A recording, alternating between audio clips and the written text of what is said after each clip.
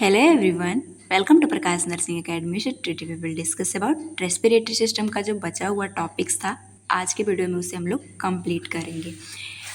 ये पार्ट 1 में हम लोग ब्रोंकिएक्टेसिस तक पढ़ चुके हैं। जो लोग चैनल पे नए हैं, पहली बार विजिट कर रहे हैं, मेरा जनरल रिकमेंडेशन है कि ये सब जो पार्ट 1 में ये सब जो टॉपिक था, क्या है एनाटॉमी फिजियोलॉजी का थोड़ा सा रिव्यू लेना था, कैसे असेसमेंट करते हैं, फिजिकल असेसमेंट कैसे करेंगे, हिस्ट्री कैसे, ये सब टेकिंग, डायग्नोस्टिक टेस्ट क्या होता है रेस्पिरेटरी सिस्टम का। फिर इसके बाद सीओपीडी पार्ट 1 में बहुत इंपॉर्टेंट था, एम्पाइमा क्या होता है, ये सारी चीज़ हम लोग डिस्कस कर चुके हैं। सो बेटर अंडरस्टैंडिंग के लिए इंपॉर्टेंट है कि आप पार्ट 1 देख लीजिए। अभी तक ये यूनिट 4 चल रहा है, ये है बीएससी नर्सिंग आईएनसी का एडल्ट हेल्थ नर्सिंग का सिलेबस, चाहे आप किसी भी यूनिवर्सिटी से हो, सबके लिए हेल्पफुल रहेगा। अब तक हम लोग यूनिट 3 तक पूरा वीडियो डल चुका है according to your syllabus. Unit 4 अभी चल रहा है, ये चैप्टर्स बड़ा है तो पार्ट 1 में नहीं हो पाया, हम लोग पार्ट 2 में देख रहे हैं। इन सब का नोट्स आपको व्हाट्सएप चैनल पे मिल जाएगा। नोट्स की अगर मैं फीचर बताऊँ, उसमें जितने भी आईएनसी के टॉपिक है सारे उसमें इंक्लूडेड है। इंपॉर्टेंट क्वेश्चन का लिस्ट रहेगा, प्रीवियस ईयर क्वेश्चन रहेगा कि कैसे 15 मार्क्स में क्वेश्चन रहते हैं, कैसे कहाँ से आता है और उसमें लिखना क्या, प्रैक्टिस के लिए भी वो हेल्पफुल होगा। तो आप चाहे तो परचेज़ कर सकते हो, नंबर शो हो रहा होगा या फिर डिस्क्रिप्शन बॉक्स में लिंक है, सीधा आप पीडीएफ पे पहुँच सकते हो। ऐड टू कार्ट करने के बाद, पेमेंट के बाद वो पीडीएफ फॉर्म में आपको मिल जाएगी। माइक्रोबायोलॉजी अभी तक 3rd सेम का ख़त्म हो चुका है, उसका भी नोट्स एंड 10 साल का पीवाईक्यू सॉल्व पेपर वहाँ पे मिल जाएगा। आप चाहे तो देख सकते हो या फिर वीडियो का लिंक डिस्क्रिप्शन में डाल दूँगी प्लेलिस्ट का, वो सब भी वीडियो आप देख सकते हो। चलिए आज का टॉपिक का स्टार्ट करते हैं। ये था नॉर्मल इंट्रोडक्शन। निमोनिया आज हम लोग देखेंगे, इम्पॉर्टेंट है ये। सो चलिए स्टार्ट करते हैं। सबसे पहले हम लोग इंट्रोडक्शन देखते हैं। मैं हमेशा आपको बताई हूँ कि जो सीक्वेंस है उसे अलग नहीं करना है, कभी भी आप इंट्रोडक्शन से पहले डेफिनेशन नहीं लिखना। सो क्या बोलता है इंट्रोडक्शन में कि निमोनिया जो है एक इन्फेक्शन है एंड इन्फ्लामेशन है लंग पैरेन्काइमा का। लंग पैरेन्काइमा क्या होता है? पैरेन्काइमा किसी भी टिश्यू, किसी भी ऑर्गन किसे बोलते हैं, वैसे सेल्स, वैसे टिश्यू जो उसके लिए वही काम करता है, वही मेन है। तो इसमें जो भी एल्वियोलाई है, जहाँ पे गैस परफ्यूजन होता है, वो डिस्ट्रक्ट होगा, उसमें इन्फ्लामेशन होगा, जो कि निमोनिया की कंडीशन है। यह एक ऐसी कंडीशन है जो कि अफेक्ट करता है terminal airway and air sacs. ये नॉर्मल जब एनाटॉमी आप पढ़े तो वहाँ पे आप पढ़े होंगे ब्रोंकस से फिर इस तरह से डिवाइड होता है, जो कि राइट में और लेफ्ट लंग में जाता है। फिर इसके बाद ये हर एक लोब के लिए, जैसे राइट में 3 लोब होते हैं और लेफ्ट में 2 लोब होते हैं, तो उसके लिए ब्रोंकस डिवाइड हो जाता है। इसके बाद सेगमेंटल ब्रोंकस आता है, फिर ब्रोंक्यूल्स डिवाइड होते हैं और लास्ट में प्राइमरी, सेकेंडरी, टर्शियरी ऐसे करके टर्मिनल ब्रोंक्यूल्स आते हैं। इसके बाद एल्वियोलर डक्ट और इस तरह से सैक्स, एल्वियोलर सैक और एल्वियोलाई पूरी तरह से बनता है। तो ये क्या बोल रहा है कि अफेक्ट करता है टर्मिनल एयरवे, मतलब नीचे वाला जो एयर सैक्स है वहाँ पे इन्फेक्शन, इन्फ्लामेशन, फ्लूइड पस बनेंगे। डेफिनेशन एक लिखना जरूरी है। तो डेफिनेशन क्या है कि निमोनिया एक इन्फ्लामेशन की कंडीशन है लंग का, जहाँ पे बैक्टीरिया, कोई बैक्टीरिया की वजह से हो सकता है, वायरस की वजह से हो सकता है, यह एक तरह का बैक्टीरियल या वायरल इन्फेक्शन है जिसमें एयर सैक्स जो है, ये जो एयर सैक्स आपको दिख रहा है वो फिल हो जाता है पस से या फ्लूइड से, जो कि जिसकी वजह से ये सॉलिड हो जाता है। अब इसका काम क्या था? गैस का एक्सचेंज करना। यहाँ पे आप देखोगे गैस का एक्सचेंज नहीं हो पाएगा। सो ये है हमारा, जैसे ये लंग का डायग्राम है, ये राइट में 3 लोब है, लेफ्ट में 2 लोब है। तो यहाँ पे सपोज डेट यहाँ की कंडीशन ख़राब हुई तो यहाँ का हम लोग देख रहे हैं। तो ऐसे एल्वियोलाई जो है वो नॉर्मल है, इस तरह से रहता है, एयर सेक्स इस तरह से सब रहते हैं। बट अगर निमोनिया की कंडीशन हो तो इसमें ये जो एयर सेक्स आपको दिख रहा है, इसमें फ्लूइड पर से सब फील हो जाते हैं। ये निमोनिया की कंडीशन है। सो टाइप्स देखते हैं, इसके बाद कॉजेज और पैथोफिजियोलॉजी देखेंगे तो और अच्छे समझ में आएगा। सो टाइप्स अगर निमोनिया देखें तो मतलब कहाँ पे हो रहा है उस साइट के बेसिस पे टाइप है। सेगमेंटल निमोनिया, अगर स्मॉल सेगमेंट ऑफ लंग का अफेक्ट हो रहा है, इस एक लंग में जैसे लोब होते हैं, उसमें फिर जैसे राइट लंग है तो इसमें 3 लोब है, इसके बाद 10 सेगमेंट होता है। तो किसी सेगमेंट में स्पेसिफिक में प्रॉब्लम आ रही है, उसमें जो एल्वियोलाई एयर सैक है उसमें सिर्फ प्रॉब्लम है, तो वो सेगमेंटल निमोनिया बोला जाएगा। नेक्स्ट आता है बायलेटरल निमोनिया, अगर दोनों side segmental lobe of lung affect हो रहा है तो उसे बाईलेटरल बोलेंगे। बाईलेटरल मतलब दोनों तरफ। एक आता है लोबर निमोनिया, मतलब किसी कंप्लीट लोब जो है, लाइक ये सुपेरियर लोब है तो पूरा ये अफेक्ट हो गया तो इसे हम लोग लोबर निमोनिया बोलेंगे। नेक्स्ट आता है ब्रोंको निमोनिया। इसमें क्या होता है कि पैची लाइक फॉर्मेशन होता है लंग्स में, पूरा इस तरह से पैची पैची दिखेगा, तो वो कौन सा निमोनिया है? ब्रोंको निमोनिया उसे कहा जाता है। ईटियोलॉजी या फिर कॉजेज देखें किसके वजह से हो सकता है, तो हम लोग देखें कि ये बैक्टीरियल या फिर वायरल इन्फेक्शन है।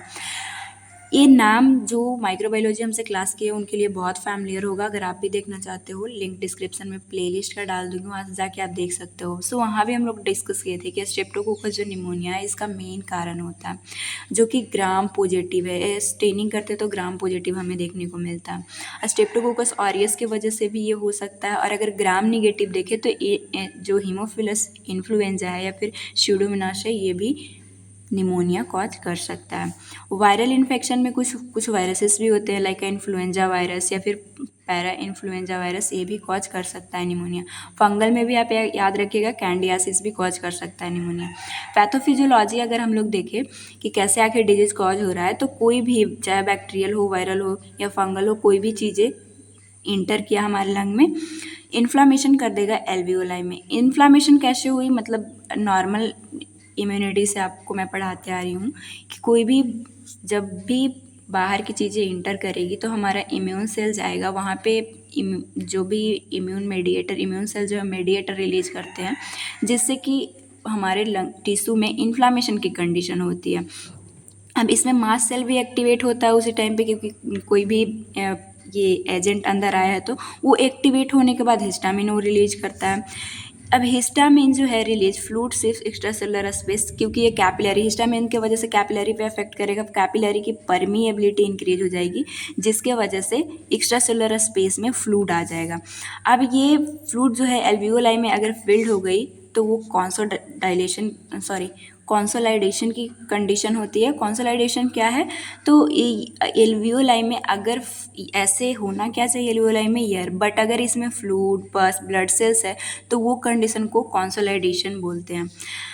अब क्योंकि ऐसा कंडीशन हो गया तो अब कॉस है इसमें तो एयर है नहीं, तो O2 सेचुरेशन जो ब्लड में जाके O2 अब इसमें से जा ही नहीं रहा है एल्वियोलाई में से ब्लड में, तो कहाँ से हो पाएगा? तो O2 सेचुरेशन डिक्रीज हो जाता है, जिसके वजह से हाइपोक्सीमिया, मतलब ब्लड में O2 की कमी देखने को मिलेगा, और साथ ही साथ ब्लड में ही नहीं है तो टिश्यू को कहाँ से मिल पाएगा?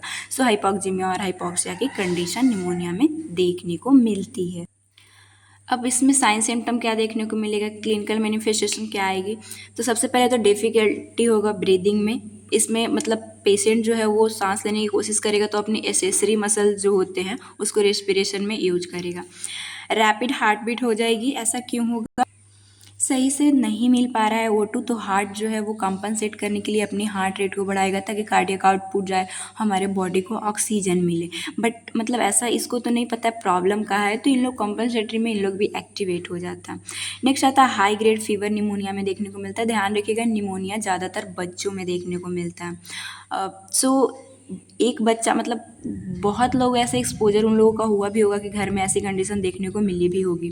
सो बहुत ज़्यादा उस टाइम पे उनका फीवर हो जाता है, बेसिकली 101 डिग्री फ़ारेनहाइट से 105 डिग्री फ़ारेनहाइट तक भी ये जो फीवर है वो जा सकता है। Sudden onset and second chest, ऐसा होता क्यों है? क्योंकि देख रहे हो कि इन्फेक्शन की वजह से हो रहा है, तो इन्फेक्शन में हमारा टेम्परेचर इंक्रीज रहता है ताकि वो माइक्रोब्स को मार सके। चिल्स भी इसलिए रहता है कि हमारा मसल को कॉन्ट्रैक्शन, मतलब बॉडी करवाता है ताकि टेम्परेचर और इससे इंक्रीज, जिसकी वजह से चिल्स थोड़ा सा ठंड भी लगती है। Productive cough with purulent sputum, इसमें कफ देखने को मिलेगा, साथ ही साथ उसमें पुरुलेंट पस के साथ डिस्चार्जेस आ सकती है। टैकीपिनिया होगा, रेस्पिरेटरी रेट इंक्रीज होगा, हार्ट भी चाहता है जल्दी जल्दी सांस ले क्योंकि ऑक्सीजन तो सही से मिल नहीं रही है बॉडी को। Chest pain aggravated by respiration and coughing, मतलब चेस्ट पेन होगा स्पेशली तब जब वो सांस लेने की कोशिश कर रहा है या फिर कफ करने की कोशिश करेगा इंसान। नेजल फ्लेयरिंग होती है, बच्चों में कॉमन साइन देखने को मिलता है जिसमें कि नोस्ट्रिल जो है वो वाइट दिखता है। इसके बाद फटीग, क्योंकि वो जल्दी जल्दी सांस ले रहा है, उसको सही से ऑक्सीजन मिल नहीं रही है, उसके अंदर मेटाबॉलाइज हो नहीं पाएगा, तो फटीग की कंडीशन देखने को मिलेगी। ब्लू से स्किन कलर क्यों देखने को मिलेगा? क्योंकि सही से ऑक्सीजन बेसिकली नहीं मिल रहा है निमोनिया की कंडीशन में। डायग्नोस्टिक इवैल्यूएशन अगर देखें कि साइन सिम्टम देखने के बाद आप कैसे आप पता बेसिकली करोगे, तो उसके लिए बहुत सारे टेस्ट होंगे। तो डायग्नोस्टिक इवैल्यूएशन में history collection, physical examination common है, जो कि सबसे पहले आपको लिखना ही लिखना है। हम लोग यूनिट 1 से ही डिस्कस करते आ रहे हैं। तो assess for risk factor of pneumonia, आप पहले देखो कि निमोनिया रिस्क क्या है, कहीं कौन मतलब बैक्टीरिया मतलब हाइजीन नहीं था, मतलब क्या कंडीशन थी कि वो बैक्टीरियल इन्फेक्शन, पहले वो असेस करोगे, उससे हिस्ट्री लोगे कि कैसे ऐसा कंडीशन हुआ। फिजिकल एग्जामिनेशन करोगे जिसमें कि अस्कल्टेट करोगे, ब्रीथ साउंड सुन सकते हो, ऑब्जर्व अदर साइन जो भी होते हैं लाइक फीवर ये सब है, तो वो आप एक बार मतलब देखोगे, या फिर फीवर तो चलो आप टेम्परेचर ये मेजर करने से आपको पता चलेगा, बट देख सकते हो यहाँ पे कि उसका हार्ट रेट इंक्रीज है। तो ये सारी चीज़ें आप फिजिकल एग्जामिनेशन मतलब ऑब्जर्वेशन कर सकते हो, अस्कल्टेट करके साउंड ये सब सुन सकते हो, नॉर्मल सुनाई देगा। चेस्ट रेडियोग्राफ, इसमें इसी से बेसिकली कंफर्म भी हो जाता है चेस्ट एक्सरे सबसे, तो ये बता देता है कि कहाँ पे निमोनिया हुआ है, कहाँ पे जो भी टर्मिनल जो एयरवे है या फिर जो सैक्स है वो कहाँ पे आखिर वो लोकेशन है उसका निमोनिया का, कहाँ पे पस ये सब फील्ड हुआ है, तो इससे पता चल जाता है कहाँ तक ये फैला है। स्किन टेस्ट किया जाता है, बेसिकली स्किन टेस्ट इसलिए किया जाता है क्योंकि अब इस जैसे ट्यूबरकुलोसिस इसमें आप नहीं पढ़ोगे रेस्पिरेटरी में, वो आप जब कॉमन डिजीज पढ़ोगे ना उसमें आपको पढ़ना है, क्योंकि वो कम्युनिकेबल डिजीज है। तो किसकी वजह से कंडीशन हो रही है वो चेक करने के लिए स्किन टेस्ट भी देखा जाता है। स्किन टेस्ट बेसिकली ट्यूबरकुलोसिस के लिए कि वो है क्या जिसकी वजह से कंडीशन हो रही है। ब्लड एंड यूरिन टेस्ट भी इसमें परफॉर्म किया जाएगा, देखा जाएगा कि सिस्टमेटिक स्प्रेड ऑफ इन्फेक्शन मतलब कितना ज़्यादा इन्फेक्शन है, ब्लड में भी आ गया तो मतलब ज़्यादा फैला है तो ब्लड में भी देखने को मिलेगा। इसके बाद अब PFT जो कि हम लोग डायग्नोस्टिक टेस्ट यूनिट पार्ट 1 है वहाँ पे ही देखे हैं, इसमें देखा जाएगा कि आखिर कितना अफेक्ट हुआ है, उसका टाइडल वॉल्यूम क्या है, वेंटिलेटर मतलब कितना एक्सपिरेट कर सकता है। बेसिकली हम लोग देखे थे कि ये 40 मिनट तक भी जा सकता है PFT टेस्ट, तो वो भी परफॉर्म करवाया जाता है उसकी फंक्शनिंग को देखने के लिए कि आखिर कितना प्रॉब्लम बढ़ी है। मैनेजमेंट देखें तो कैसे आखिर आप मैनेज करोगे इस कंडीशन को, या फिर कैसे इसका मैनेजमेंट होता है। तो सबसे पहले मेडिकल मैनेजमेंट लिखना होता है। आपका मेन गोल क्या रहेगा, ऐसा अगर निमोनिया वाला पेशेंट कोई भी आएगा तो उसमें मेंटेन एडिक्वेट गैस एक्सचेंज आपका काम है, कि मतलब गैस का एक्सचेंज नहीं हो रहा है। हाइपॉक्सिया एल्वियोलाई में तो एयर की जगह पे कुछ और चीज़ें भर गई हैं, तो वो सही से हो। इन्फेक्शन की वजह से ये कंडीशन हुई है तो इन्फेक्शन को ट्रीट किया जाए, साथ ही साथ एयरवे में म्यूकस ये सब आ जाता है तो उसको क्लियर किया जाए। एंटीबायोटिक थेरेपी दोगे आप, जिससे कि पॉजिटिव जो ऑर्गेनिज्म है वो मतलब डिपेंड करता है कैसा पॉजिटिव है, अगर बैक्टीरियल है तो एंटीबायोटिक दोगे, अगर वायरल है तो फिर एंटीवायरल देना होगा।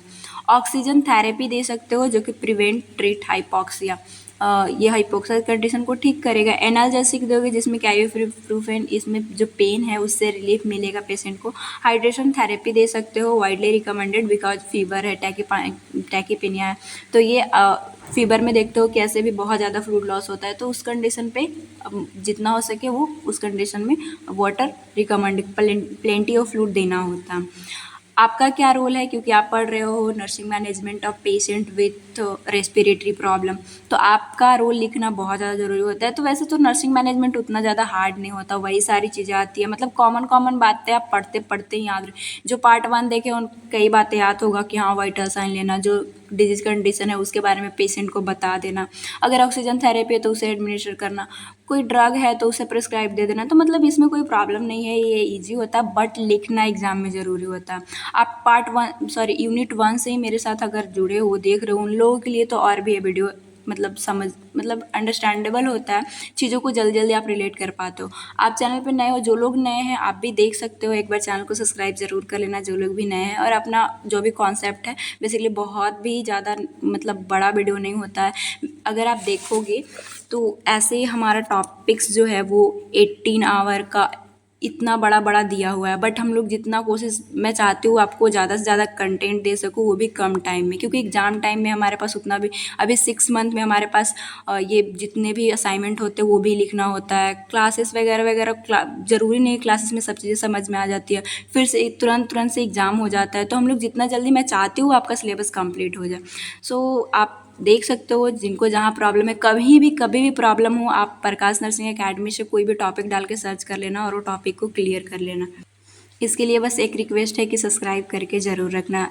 इम्पॉर्टेंट क्वेश्चन मतलब इम्पॉर्टेंट क्वेश्चन का चाहे वो वीडियो हो या फिर इम्पॉर्टेंट कोई भी न्यूज़ हो, जैसे कि डीएनपी आया था, तो वो सारी इन्फॉर्मेशन भी आपको इस चैनल के थ्रू नर्सिंग में आपको मिलते रहेगा।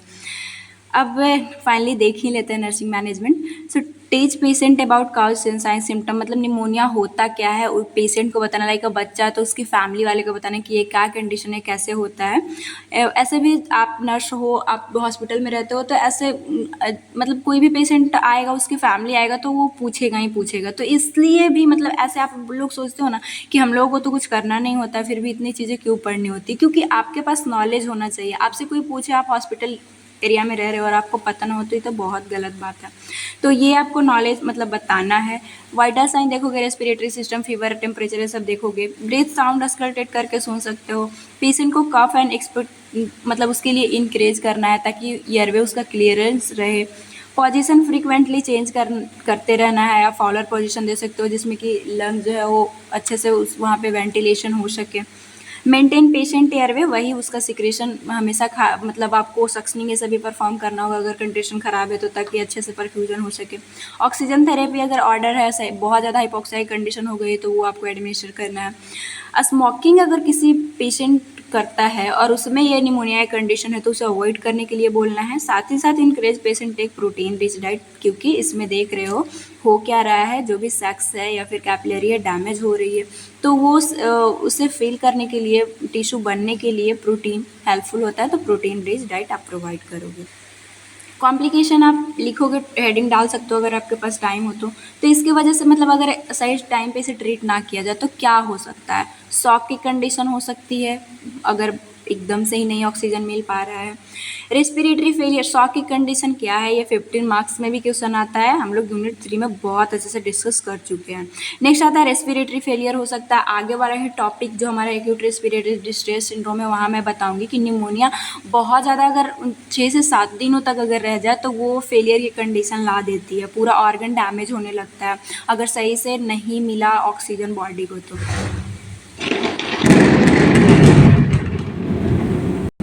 सॉरी, बहुत भयानक एकदम ये बारिश हो रही है अभी। सो एटलेक्सिस की कंडीशन क्या है कि लंग कोलैप्स हो जा सकता है। प्लूरल इफ्यूजन की फ्लूइड अगर प्लूरल कैविटी में चला जाए, बहुत अच्छे से हम लोग डिस्कस कर चुके हैं। सो ये कंडीशन कॉम्प्लिकेशन अगर सही टाइम पे ट्रीट ना किया जाए तो हो सकता है। नेक्स्ट हमारे पास टॉपिक है निमोनिया के बाद लंग एब्सेस। सो लंग एब्सेस क्या है कि मतलब लंग्स में किसी कैविटी बन जाए, वहाँ पे पस का फॉर्मेशन हो जाए। सो क्या बोलता है कि लंग एब्सेस एक लोकलाइज कलेक्शन ऑफ पस है लंग में। इट कंटेंट पुरुलेंट मटेरियल रहेगा जो कि that collab form of cavity, वो हो सकता है कोलैब भी उतना देर कैविटी को वो कर दे। डिफिनेशन अगर देखें तो लंग एब्सेस जो है एक bacterial infection that cause liquefaction necrosis of lung tissue. मतलब देखिए इसमें क्या होता है कि हमारा मतलब लंग का जो सेल्स है वो लिक्विफाइड हो जाते हैं, जैसे बैक्टीरिया गया उसमें कुछ ऐसा टॉक्सिन है जो उसे पूरा उस एंजाइम की वजह से वहाँ पे लिक्विफिकेटिव हो गया और वो नेक्रोसिस, वहाँ पे ऑक्सीजन सप्लाई ये सब नहीं मिलेगी, नेक्रोसिस की कंडीशन हो जाएगा लंग टिश्यू में। एंड फॉर्मेशन कैविटी बन जाएगी जो कि नेक्रोटिक डेब्रिस इसमें रहता है, पस बनेगा और यहाँ पे उसी कंडीशन को एब्सेस फॉर्मेशन बोल रहे हैं। क्या कारण हो सकती है तो इटियोलॉजी अगर देखें तो इन्फेक्शियस एजेंट जिसमें कि क्लैप्सिला हो गया, ऑरियस हो गया, स्ट्रेप्टोकोकस ऑरियस, एनारोबिक बैसिलाई, ये सब के वजह से ये कंडीशन हो सकती है। पल्मोनरी इम्बोलिज्म भी हो तो भी ये कंडीशन हो सकता है कि सही से नहीं मिला और नेक्रोसिस की कंडीशन तक जा सकती है। मैलिग्नेंसी की मतलब कैंसर सेल ग्रोथ करने लगे और उस एरिया में पूरा एकदम इतना ग्रोथ कर गए कि वहाँ पे पस तक बन गया तो भी कंडीशन लीड कर सकता है। ट्यूबरकुलोसिस भी इन्फेक्शियस है तो ये कैविटी हमेशा बनाती है, आप ट्यूबरकुलोसिस पढ़ोगे वहाँ पे भी ये चीज़ें क्लियर होगी। Fungal disease of lung, fungus भी ऐसा कंडीशन कर सकता है कि यहाँ पे लिक्विफिकेशन कर दे, कैविटी बना दे, तो ये लंग एब्सेस की कैविटी में पस का फॉर्मेशन हो जाना, ये सब लीड कर सकते हैं। सो अगर पैथोफिजियोलॉजी देखें तो किसी भी तरह का आपने इन्फेक्शियस एजेंट या फिर मटेरियल को एस्पिरेट अगर किसी ने कर लिया, फॉरेन बॉडी हो या फिर कोई भी पल्मोनरी इम्बोलिज्म हो, ट्यूबरकुलोसिस, चाहे फंगल डिजीज मतलब लंग मैलिग्नेंसी, कोई भी कैंसर की कंडीशन हो, ये सारी कंडीशन के वजह से क्या होगा, नाइटिस, मतलब लंग के टिश्यू में इन्फ्लामेशन हो जाते हैं। कोई भी बैक्टीरियल इन्वेजन होता है तो हम लोग बहुत बार पढ़े कि इन्फ्लामेटरी मेडिएटर रिलीज होते हैं जो कि हमारे टिश्यू में इन्फ्लामेशन कॉज करवाते हैं। सो क्या होगा, impaired drainage of fluid aspiration material, मतलब जो मटेरियल ड्रेनेज हो जाना चाहिए था वो ड्रेन नहीं हो पाएगी, जिसके वजह से vascular abstraction, inflammatory vascular abstraction देखने को मिलेगा। टिश्यू को सही से ब्लड सप्लाई नहीं मिलेगी ये कंडीशन के वजह से। इसके वजह से लिक्विफिकेशन होगा, वहीं पे टिश्यू जो भी चीज़ें हैं वो एक जगह पे आने लगेंगे। लोकलाइज एरिया थिक वाल पुरुलेंट मटेरियल, लोकलाइज एरिया में थिक मटेरियल जमा होगा जो कि एब्सेस फॉर्मेशन बोला जाता है। लंग एब्सेस वही कंडीशन है। अगर क्लिनिकल मैनिफेस्टेशन देखें तो चेस्ट पेन हो सकता है, जहाँ पे वो कंडीशन हुई है उस लोकलाइज एरिया में चेस्ट पेन पेशेंट वो लेके आएगा। एनोरेक्सिया की कंडीशन हो सकती है, लाइक अ मैलिग्नेंसी में तो आप देखोगे कि मैलिग्नेंसी की कंडीशन की वजह से अगर चेस्ट एब्सेस हो रहा है तो कुछ ऐसा, मतलब वो उस टाइम पे ऐसा एंजाइम रिलीज होता है जो कि भूख नहीं लगता है तो मेटाबॉलिज्म को अफेक्ट करता है, तो ये सब कंडीशन देखने को मिल सकती है। फीवर एंड कफ हो सकता है, क्योंकि इन्फेक्शन देख रहे हो आप तो फीवर इसमें देखने को मिलेगा। कफ ज़्यादा अगर मेरे को सिक्रेशन हो रही है तो प्लूराइटिक पेन एक स्पेसिफिक एरिया पे जिस प्लूरा के पास हुआ है वहाँ पे देखने को मिलेगा। डिस्निया, डिफ़िकल्टी इन ब्रीदिंग होगी। वेट लॉस वो देखने को मिल सकता है, क्योंकि देख रहे हो आप वो उसको एनोरेक्सिया की कंडीशन भी इस कंडीशन में हो रही है, या फिर वो डिफ़िकल्टी अगर मतलब फोर्सफुली सांस ले रहा है तो सारा एनर्जी वहाँ पे लग रही है, तो ये कंडीशन वेट लॉस ये सब फटीग ये सब देखने को मिलेगा। हिमोप्टिसिस, मतलब क्योंकि यहाँ पे देख रहे हो कैविटी बन रही, नेक्रोसिस सब हो रहा है, तो हो सकता है स्पूटम में ब्लड भी देखने को मिल जाए। और इसका एक बहुत मतलब ये क्लिनिकल सिम्टम में देखने को मिलती है। अगर लंग अब्सेस हो ना तो बहुत ही गंदा स्मेलिंग होगा, ब्लड जो भी स्पूटम है वो बहुत फाउल स्मेलिंग होता है, क्योंकि देख रहे हो आप पस का फॉर्मेशन है, नेक्रोसिस सब की कंडीशन होती है। तो ये था क्लिनिकल मैनिफेस्टेशन। अब क्लिनिकल मैनिफेस्टेशन देखने के बाद कुछ डायग्नोस्टिक इवैल्यूएशन लैब ये सब में परफॉर्म करना होगा। तो डायग्नोस्टिक इवैल्यूएशन में सबसे पहले तो हिस्ट्री कलेक्शन, तो आप क्या मतलब check risk factor of lung abscess की, मतलब पहले से ट्यूबरक्लोसिस था क्या था, हिस्ट्री ले लोगे कि आपकी पास्ट मेडिकल हिस्ट्री क्या थी, आपकी फैमिली में किसी को प्रॉब्लम था, ये नॉर्मल बातें हैं।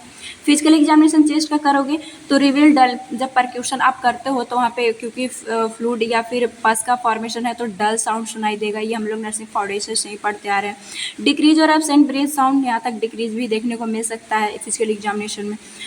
चेस्ट रेडियोग्राफ आप करोगे मतलब एक्सरे से अल्सो हेल्प डिटेक्ट कहाँ पे वो है नेक्रोटिक डेब्रिस, कहाँ पे कैविटी लंग्स में स्पेसिफिक एरिया पे बना है, कहाँ पे फ्लूइड लेवल है वो, या फिर रप्चर अपसेट, ये सब चीज़ें एक्सरे से दिख जाती है, इसी से बेसिकली पता भी चलता है। अब आपको पता चल गया है तो किसके वजह से, मतलब कहाँ पे किस एरिया पे है वो पता चल गया, तो आप किसकी वजह से हुई है, किस बैक्टीरिया की वजह से हुई है, तो उसके लिए कल्चर करना पड़ेगा।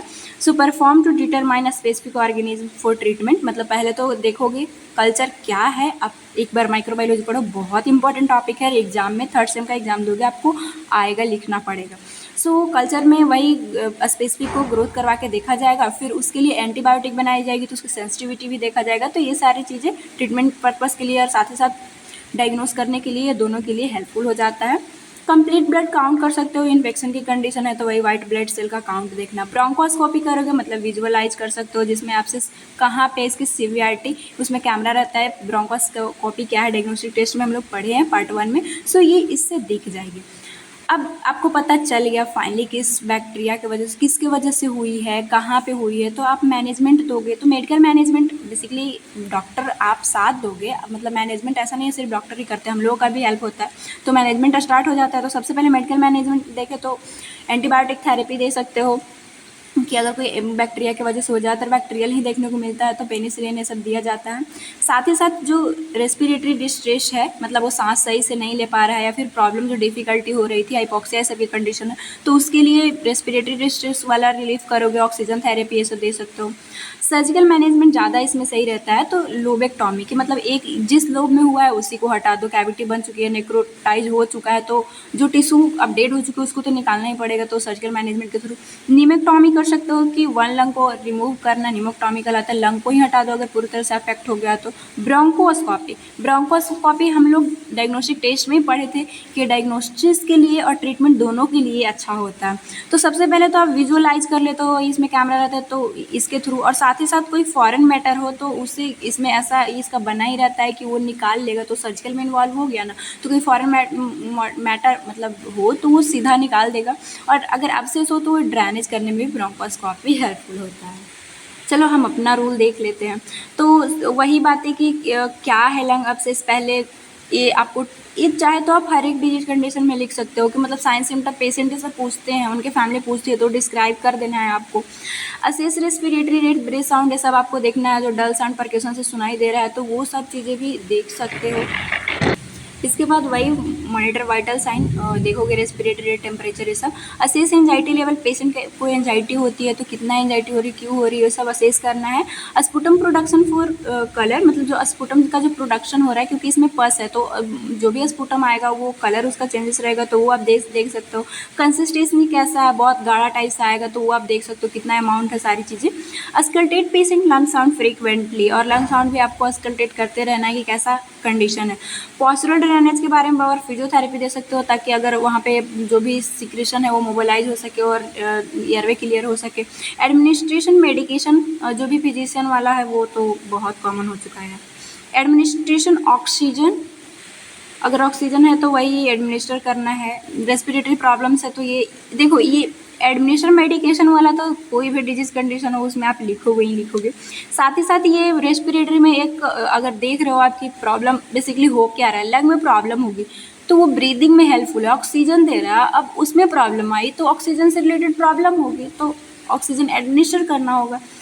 नेक्स्ट आता है पोजीशन, आप एक नर्स का काम होता है फ्रीक्वेंटली चेंज करते रहना ताकि उनकी कंडीशन ठीक हो, साथ ही साथ उनको आराम फील हो, तो ये फ्रीक्वेंटली चेंज करते रहना है ताकि सिक्रीशन ये हो और लंग का परफ्यूजन ठीक से हो सके।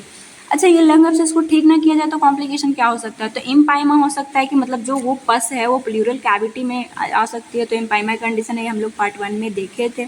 पल्मोनरी हेमरेज हो सकता है, वहाँ पे ब्लीडिंग कंडीशन हो सकती है। प्लूरल इफ्यूजन हो सकता है, मतलब फ्लूड अगर चल जाए इस कंडीशन में, पूरा नेक्रोटाइजेशन कंडीशन हो रही है, जो भी वेसल्स है वो भी अगर डैमेज होने लगे तो ये कंडीशन सब लीड कर सकता है अगर सही समय पे ट्रीटमेंट ना दिया जाए तो। अगर ये बहुत मार्क्स में ये भी इंपॉर्टेंट है तो नर्सिंग केयर प्लान में हमेशा आपको बोलती हूँ कि डायग्नोसिस बनाना थोड़ा सा मतलब मुश्किल हो जाता है, तो ये नोट्स में मैं दो डायग्नोसिस शामिल करने की डिजीज कंडीशन से रिलेटेड कोशिश की हूँ ताकि आप जब रिवाइज करो PDF को परचेज करोगे आपको मिल जाएगा, तो वो चीज़ें आप उसी टाइम पे याद कर लो, एक बार देख लो, ताकि वहाँ इतना टाइम नहीं होता बेसिकली।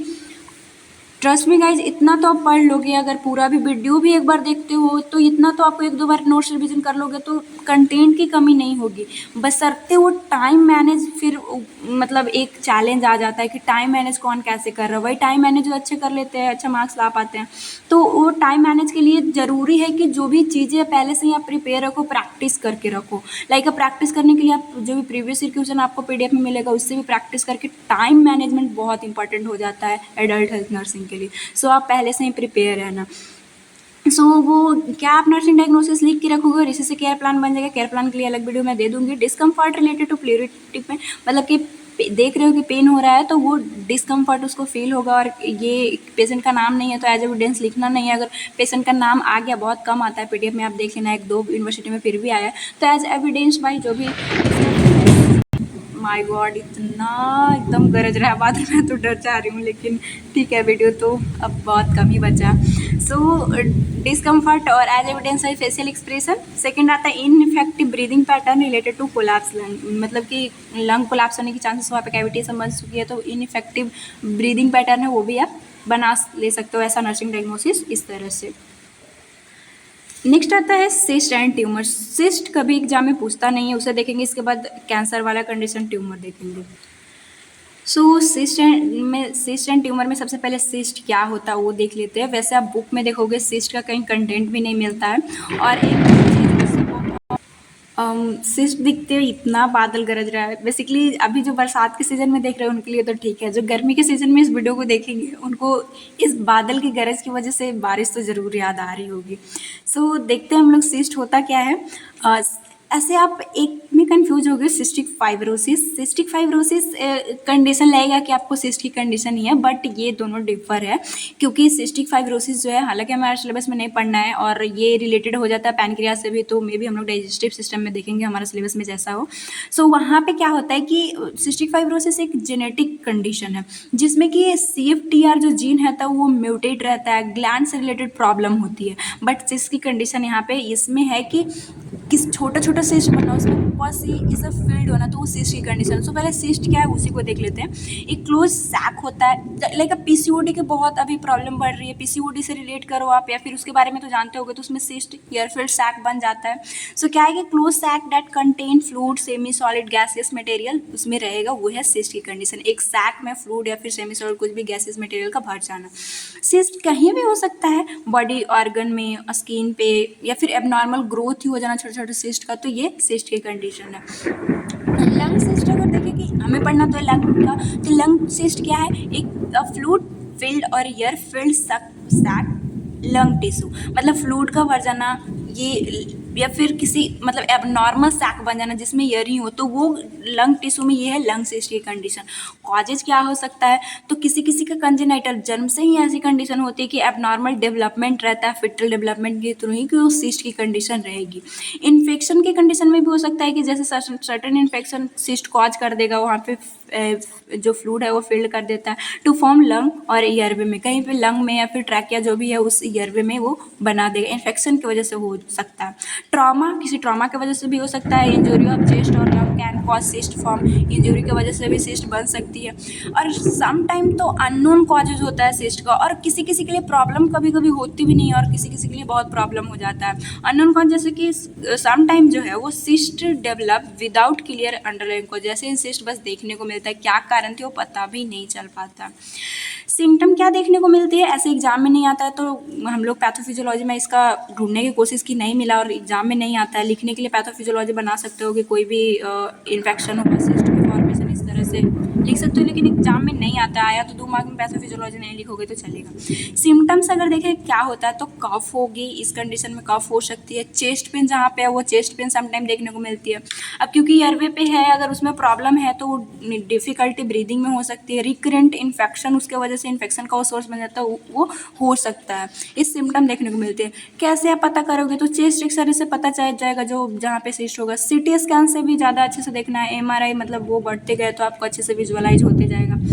पल्मोनरी फंक्शन टेस्ट कर सकते हो कि अगर एयरवे पे है, कहीं भी वो सही से सांस ब्रीदिंग ये सब एयरवे नहीं ले पा रहा है, तो वो डायग्नोस्टिक इवोल्यूशन इससे पता चल जाता है।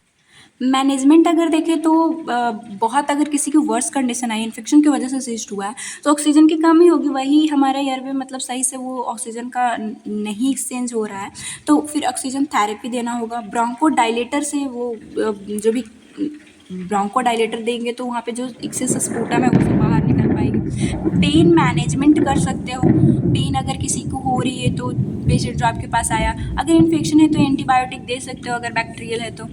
इसमें ज़्यादा अच्छा रहता है सर्जिकल मैनेजमेंट, सर्जरी के थ्रू वो सिस्ट को ही रिमूव कर दो। लाइक अब जो भी रिप्रोडक्टिव सिस्टम में जो ओवरी में सिस्ट हो जाता है उससे आप रिलेट कर पाओगे कि उसको सीधा रिमूव कर दिया जाता है, वही ठीक रहता है। अगर फ्लूइड फिल्ड सिस्ट है तो ड्रेनेज भी इसमें काम आता है। Perform drainage, infected fluid filled जो सिस्ट है ड्रेनेज भी कर दोगे तो वो कंडीशन नॉर्मल हो जाती है। तो ये था सिस्ट। सिस्ट के बाद हम लोग लंग ट्यूमर देखते हैं। लंग ट्यूमर में ऐसे ट्यूमर क्या है, एबनॉर्मल ग्रोथ टिश्यू का, तो क्या बोलता है कि lung tumour also called pulmonary carcinoma, malignancy अगर वो शो कर रहा है वो कैंसर की कंडीशन होगा। सो लंग ट्यूमर हम लोग लंग कैंसर को देखेंगे, एग्जाम में यही बेसिकली मैलिग्नेंसी वाला आता है और उसी में स्टेजेस सब देखेंगे।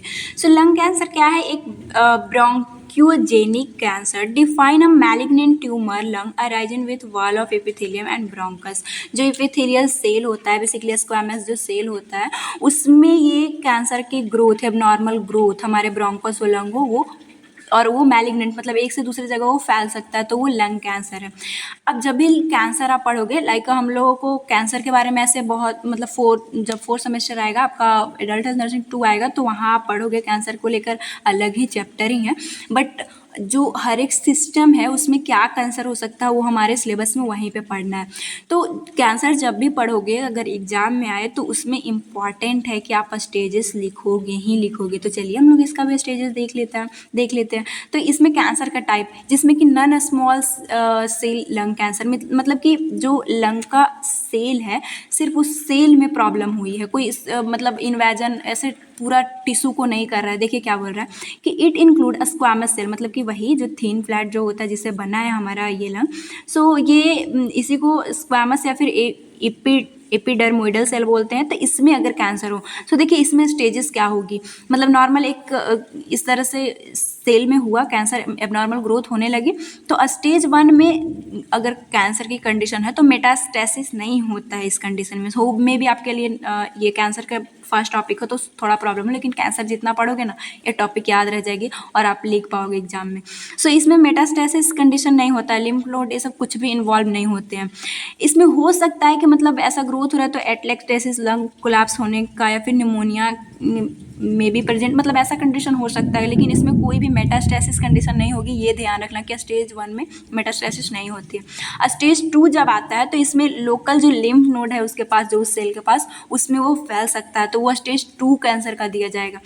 स्टेज 3 जैसे ही आएगा, इन्वॉल्व चेस्ट वाल and usually spread lymph node, मतलब चेस्ट वाल में अब वो आगे बढ़ेगा, मतलब लिम्फ नोड से वो अब आगे जाएगा, तो ये है स्टेज 3। स्टेज जब 4 आता है तो ट्यूमर हैज भी, जो बड़ा हुआ था, ग्रोथ हुआ था चेस्ट तक जो फैला था, अब वो बेसिकली अदर ऑर्गन में, अगर डिफरेंट ऑर्गन में लिम्फ नोड के थ्रू अगर वो जा रहा है तो वो है हमारा स्टेज 4, जो कि ये नॉन स्मॉल कैंसर। अब देखो स्मॉल सेल कैंसर क्या होता है, लंग कैंसर।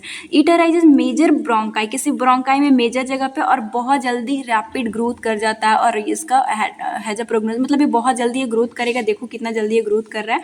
कैंसर सेल इसमें भी लिमिटेड एंड एक्सटेंसिव होता है। लिमिटेड का मतलब क्या है कि cancer cell limited to poor side of chest, मतलब एक ही साइड पे वो पूरा एकदम ग्रोथ करते जा रहे हैं। यहाँ पे देखो आप ग्रोथ करते जा रहा है। बट अगर एक्सटेंसिव, ये cancer cell found outside of one the chest in the pleural fluid, मतलब कि आउटसाइड अगर जा रहा है तो वो एक्सटेंसिव होगा कंडीशन।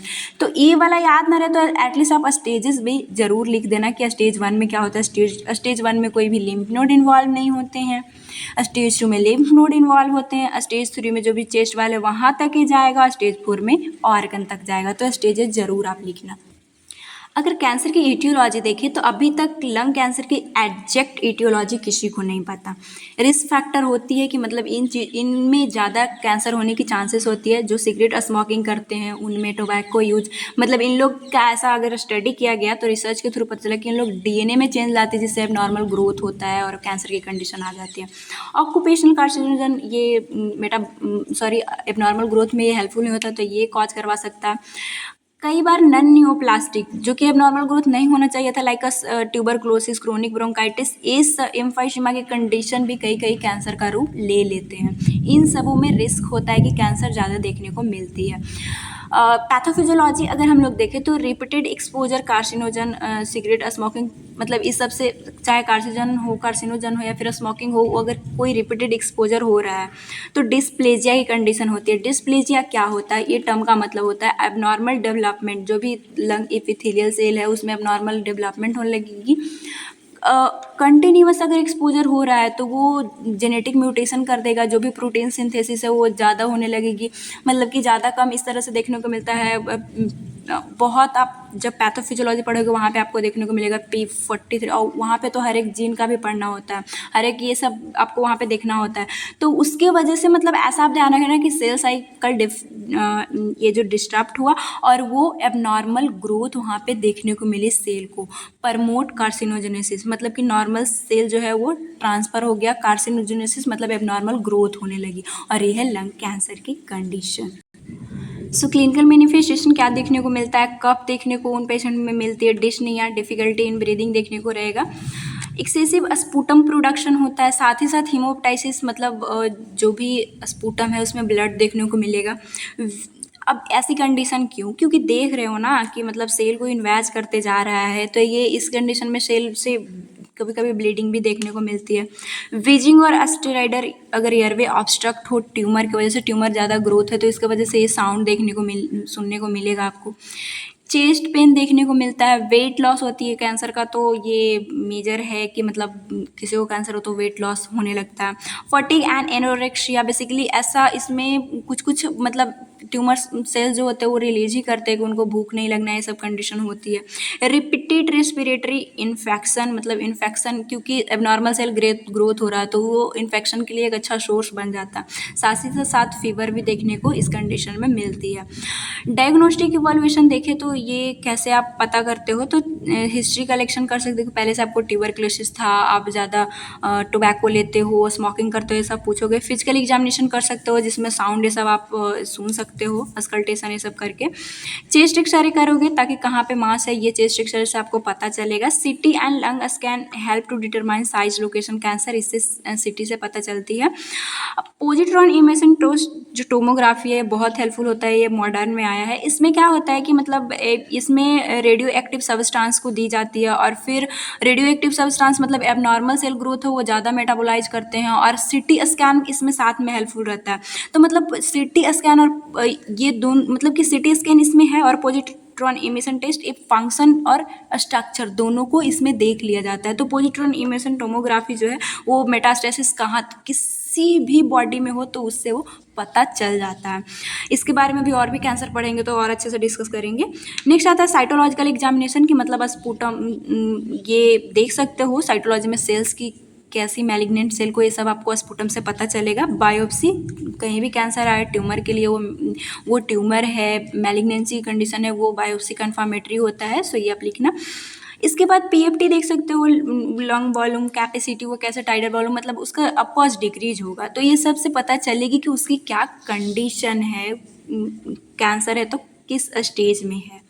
अब चलिए आपने डायग्नोज कर लिया, अब मैनेजमेंट आप करना होगा। मेडिकल मैनेजमेंट सबसे पहला आता है रेडिएशन थेरेपी। रेडिएशन थेरेपी जो है वो cure very small percentage of patient, बहुत कम लोगों में ये हेल्पफुल होता है। बेसिकली उनके लिए होता है दोज न्यूप्लाज्म मतलब सर्जरी जिनमें किया गया और कुछ न्यूप्लाज्म बच गए, कुछ एबनॉर्मल सेल बच गए, मतलब कि सर्जरी के थ्रू रिसेक्ट कर दिया गया था, but are responsive radiation are treated, मतलब जो कुछ बचा रहता है उसको ये बस बेसिकली उसके लिए हेल्पफुल होता है, उससे बस एक ख़त्म करता है पूरी। अगर बहुत ज़्यादा स्टेजेस वो उनका बढ़ चुका है तो रेडिएशन हेल्पफुल नहीं रहेगा।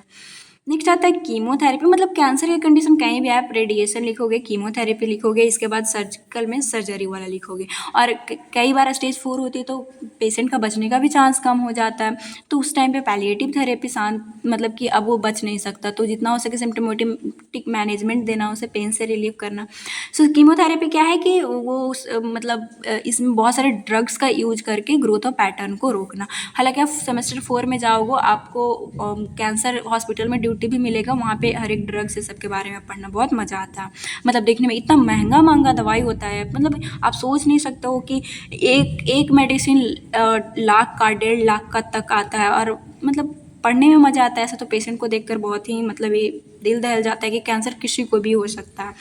पैलिएटिव थेरेपी मतलब यही है कि include few radiation shrinks tumour, मतलब कुछ कुछ रेडिएशन को दिया जाएगा ताकि उस चीज़ों को कंट्रोल, मतलब रेडिएशन में सेल को श्रिंक किया जाता है, जो अब नॉर्मल ग्रोथ हो रही है उसको थोड़ा रोका जाएगा, और पेन होती है तो उसको रिलीफ दिया जाता है, और जो भी कंफर्ट मेजर होती है मतलब कि जो स्टेज 4 में जिनको ठीक नहीं किया जाएगा उनको पैलिएटिव थेरेपी दिया जाता है।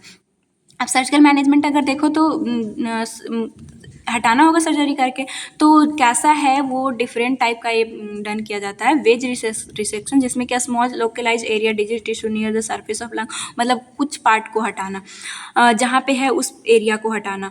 नेक्स्ट आता है सेगमेंटेक्टॉमी, जिसमें कि किसी सेगमेंट अगर अफेक्ट हो गया तो उसी को हटा देना लंग का। नेक्स्ट आता है लोबेक्टॉमी, मतलब किसी लोब में अगर पूरा अफेक्ट है तो लोब को हटाना। इसके बाद न्यूमेक्टॉमी, मतलब पूरा इंटायर लंग को ही हटा देना। तो यहाँ ये सर्जिकल मैनेजमेंट किया जाता है।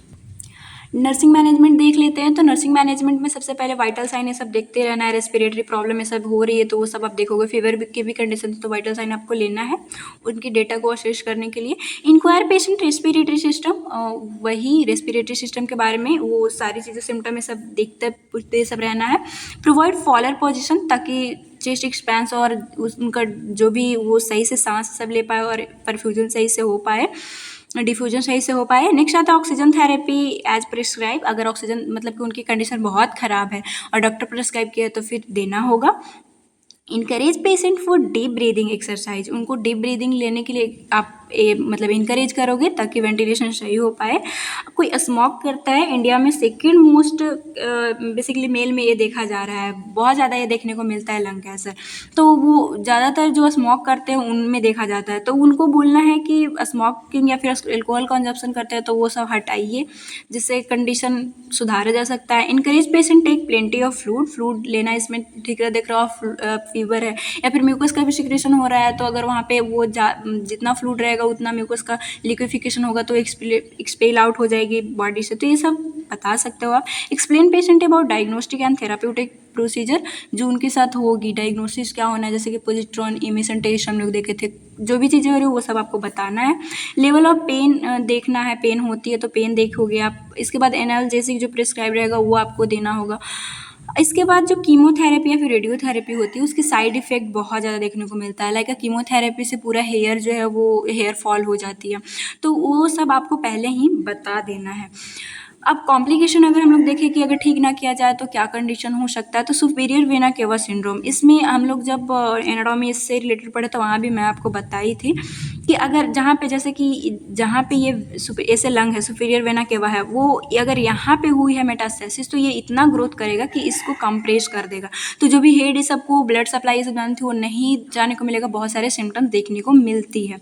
प्लूरल फ्यूजन हो सकता है कि मतलब ग्रोथ करते करते उधर भी ऑब्स्ट्रक्ट कर दिया तो उसमें फ्लूइड फिल हो जाएगा प्लूरल कैविटी में। निमोनिया की कंडीशन भी हो सकती है कि एयर सैक में फ्लूइड ये सब भर जाना। एटलेक्टेसिस लंग कोलैप्स भी हो सकता है। सबसे बड़ा तो इसका कॉम्प्लिकेशन, ये तो सब में आप लिखोगे, मुझे पूरा विश्वास है याद हो जाएगा जितनी बार आप कैंसर पढ़ोगे, कि मेटास्टेसिस जब कंडीशन होती है तो वो ब्रेन में जा सकता है, बोन में जा सकता है, अदर लंग्स मतलब एक लंग से दूसरे लंग में जा सकता है, एड्रीनल ग्लैंड में मतलब कहीं भी वो फैल सकता है अगर सही टाइम पे ट्रीटमेंट ना मिला तो। अब इसमें लंग कैंसर आ सकता है तो नर्सिंग केयर प्लान ये सब लिखने के बाद आपको हेडिंग डालना है। डायग्नोसिस बेसिकली 5 लिखोगे, लेकिन 3 डायग्नोसिस तो कॉमन होता है, जब नर्सिंग केयर प्लान का दूंगी वहाँ पे बता दूंगी। तो 2 डायग्नोसिस जो प्रायोरिटी वाइज आप पहले क्या लिखोगे, ineffective airway clearance related to productive cough इस कंडीशन में हो गए जिसकी वजह से क्लियरेंस नहीं हो रहा है।